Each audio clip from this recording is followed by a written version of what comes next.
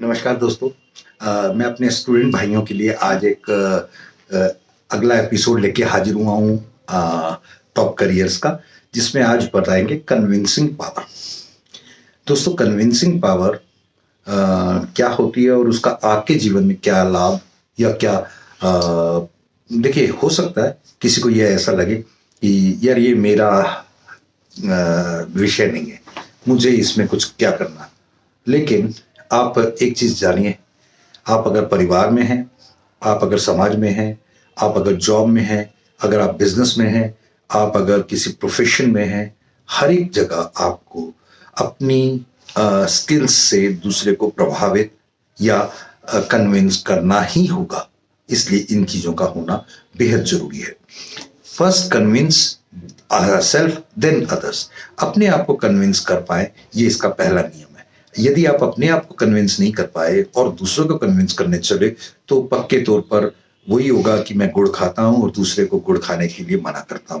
तो इसलिए सबसे पहली बात तो ये कि आपका खुद का कन्विंस होना। मैं इसका एक एग्जाम्पल, लाइव एग्जाम्पल दे सकता हूँ। मेरे एक मित्र हैं, बहुत बहुत बहुत करीब, जब करीब 12-15 साल उनके साथ मैं इंश्योरेंस का काम किया। वो खुद इंश्योरेंस से कभी कन्विंस नहीं थे, एक मजबूरी में काम कर रहे थे और बहुत टॉप परफॉर्मर थे, बहुत टॉप परफॉर्मर। मैं उनसे इस बात में कभी सहमत नहीं था कि वो अपने लिए कभी कोई पॉलिसी नहीं लेते, लेकिन दूसरों को कन्विंस करते हैं। आज वही हुआ जो मैं उस समय उन्हें कहता था। मेरे पास पॉलिसीज थी, मैं कन्विंस था, आज भी मेरा काम उतना ही अच्छा है। उनका काम धीरे धीरे कम होते होते आज इस सिचुएशन में आ गया कि काफी, और कुछ उनकी फिजिकल जो मेडिकल दिक्कतें थी उनके कारण भी वो अभी मतलब 45 के नीचे ही होंगे, मगर 45 से नीचे ही उनके पास बहुत सारी बीमारियों का भंडार भी हो गया है और एलआईसी की कुछ पॉलिसीज भी नहीं है, अब मिल भी नहीं सकती। और आगे उनके साथ ये हो गया कि बिजनेस जो बहुत तेजी से आगे बढ़ रहा था वो नीचे हो गया। अब second point, no opponent all your you say in your team।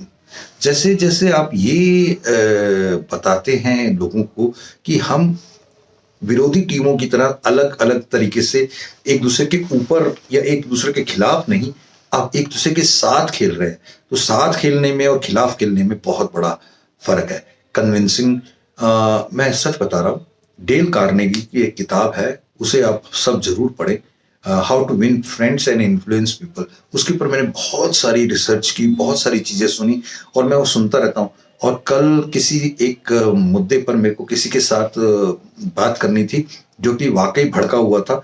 किसी मुद्दे पर हमारे स्टाफ से कोई गलती हो गई थी, तो लेकिन जब मैंने उनकी बात पूरी 1 घंटे तसल्ली से सुनी, कुछ जवाब नहीं दिया, सुनते रहे सुनते रहे सुनते रहे, एंड में उनको मैंने उनके लिए कोई एक सॉल्यूशन बताया जो कि उनको बहुत सूट किया।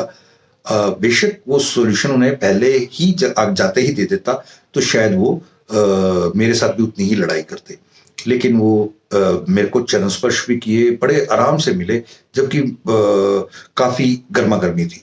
तो ये एक छोटी सी बात है, किसी को कन्विंस करने के लिए लिसनिंग या उसको अंडरस्टैंडिंग या अपोनेंट बनाने की बजाय टीम बनाना। तीसरा point, habit to be decisive.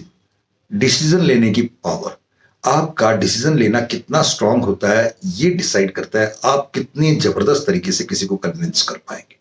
ये इंपॉर्टेंट एस्पेक्ट है, इसके ऊपर बहुत मेहनत की जरूरत है कि आपका डिसीजन, जैसे अभी मैं कहीं स्पीच देने जाता हूं तो वहां पर के ऑडियंस को देख के मैं अपनी स्पीच को उसी समय मॉडिफाई कर देता हूं।